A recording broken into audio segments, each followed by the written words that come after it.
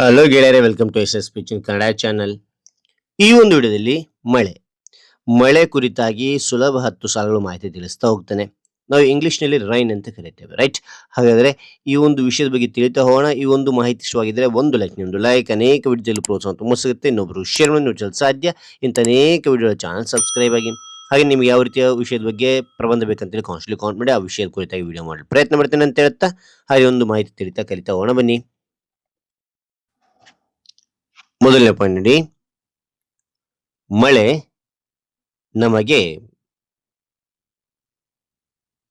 ನಮಗೆ ಪ್ರಕೃತಿಯ ಅಮೂಲ್ಯ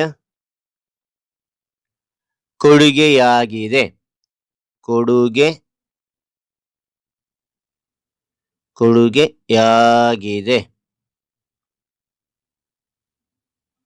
ಮಳೆ ನಮಗೆ ಪ್ರಕೃತಿಯ ಅಮೂಲ್ಯ ಕೊಡುಗೆಯಾಗಿದೆ. ಎರಡನೇ ಪಾಯಿಂಟ್, ಮಳೆ ಬಂದಾಗ ಭೂಮಿ ತಂಪಾಗುತ್ತದೆ.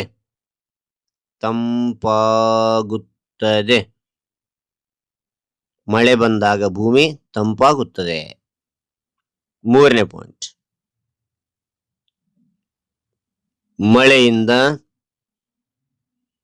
ಮಳೆಯಿಂದ ಗಿಡ ಮರಗಳು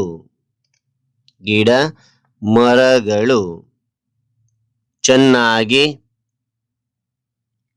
ಬೆಳೆಯುತ್ತವೆ. ಓಕೆನಾ? ಮಳೆಯಿಂದ ಗಿಡ ಮರಗಳು ಚೆನ್ನಾಗಿ ಬೆಳೆಯುತ್ತವೆ. ನಾಲ್ಕನೇ ಪಾಯಿಂಟ್,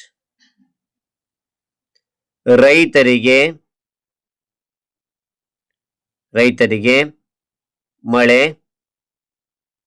ತುಂಬಾ ಮುಖ್ಯವಾಗಿದೆ.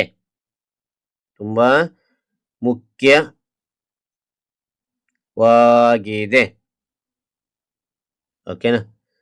ಅದಾದ ನಂತರ ಐದನೇ ಪಾಯಿಂಟ್, ಮಳೆಯ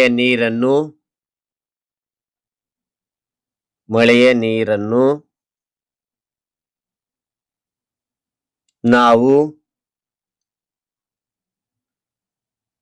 ಸಂಗ್ರಹಿಸಬಹುದು.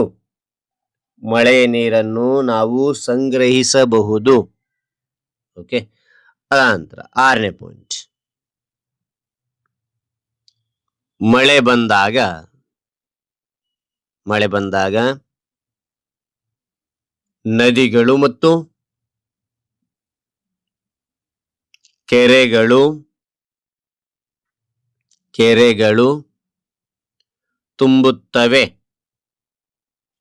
ಮಳೆ ಬಂದಾಗ ನದಿಗಳು ಮತ್ತು ಕೆರೆಗಳು ತುಂಬುತ್ತವೆ. ಏಳನೇ ಪಾಯಿಂಟ್, ಮಕ್ಕಳು ಮಳೆಯಲ್ಲಿ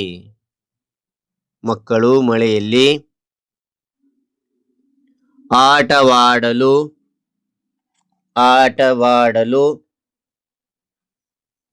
ಇಷ್ಟಪಡುತ್ತಾರೆ.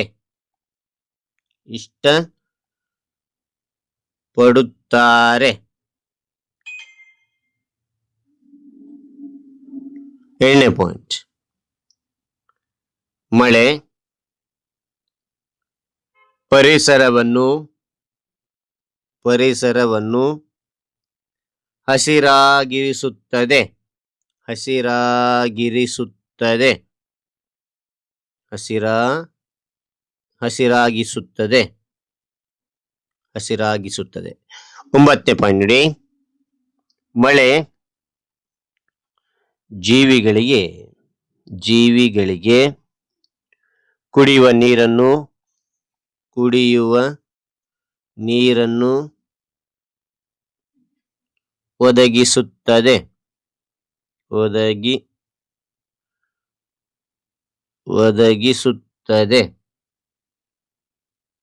ಓಕೆ. ಅದಾದ ನಂತರ 10ನೇ ಪಾಯಿಂಟ್, ನಾವು ಮಳೆಯ ನೀರನ್ನು ವ್ಯರ್ಥ ಮಾಡದೆ ವ್ಯರ್ಥ ಮಾಡದೆ ಉಳಿಸಬೇಕು. ಓಕೆನಾ? ನಾವು ಮಳೆ ನೀರನ್ನು ವ್ಯರ್ಥ ಮಾಡದೆ ಉಳಿಸಬೇಕು. ಹಾಗಾದ್ರೆ ಈ ಒಂದು ಮಾಹಿತಿ ಅಂತ ಇಷ್ಟು ಆಯ್ತು. ಇಷ್ಟವಾದ್ರೆ ಒಂದು ಲೈಕ್, ನೀವು ಲೈಕ್ ಅನೇಕ ವಿಡಿಯೋ ತಿಳಿದು ಪ್ರೋತ್ಸಾಹ ತುಂಬ ಸಿಗುತ್ತೆ. ಇನ್ನೊಬ್ರಿಗೂ ಶೇರ್ ಮಾಡಿ ಸಾಧ್ಯ ಅಂತ ಅನೇಕ ವಿಡಿಯೋ ಚಾನಲ್ ಸಬ್ಸ್ಕ್ರೈಬ್ ಆಗಿ. ಮತ್ತೊಂದು ಹೊಸ ವಿಷಯದೊಂದಿಗೆ ಮತ್ತೊಂದು ಹೊಸ ವಿಡಿಯೋದಿಂದ ಭೇಟಿ ಆಗ್ತೇನೆ. Thank you for watching. Bye bye ಮಕ್ಕಳೇ.